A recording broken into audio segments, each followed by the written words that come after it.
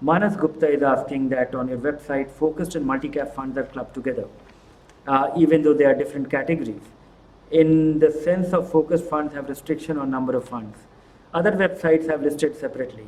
Please clarify and also suggest which is better. Uh, yeah, focused funds are also multi-cap funds, and multi-cap funds are multi-cap funds.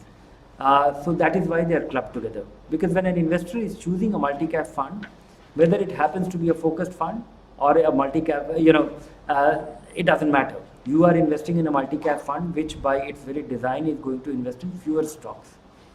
I would say that, focused funds are relatively more volatile.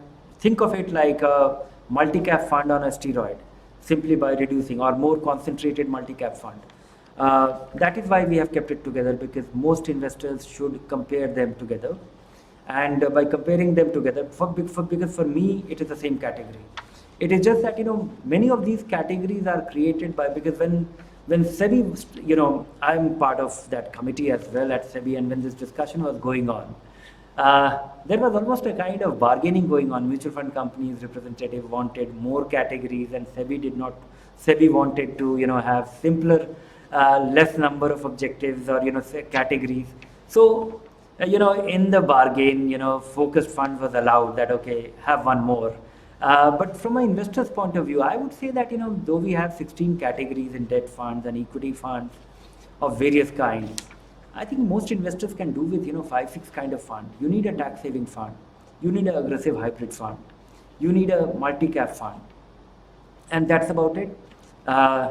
Maybe you can supplement it with a small cap or a mid cap or something, or a sector fund, but you can do without most other categories. Most common investors can do without that. Likewise, in fixed income funds, you can do without, there are 16, 17 categories. And I'm talking about these 32 categories only in the open-end fund category. And this does not include the different kind of index fund, the different kind of ETFs. So, you can have 50 kind of funds. 50 kind of fund is, just too many.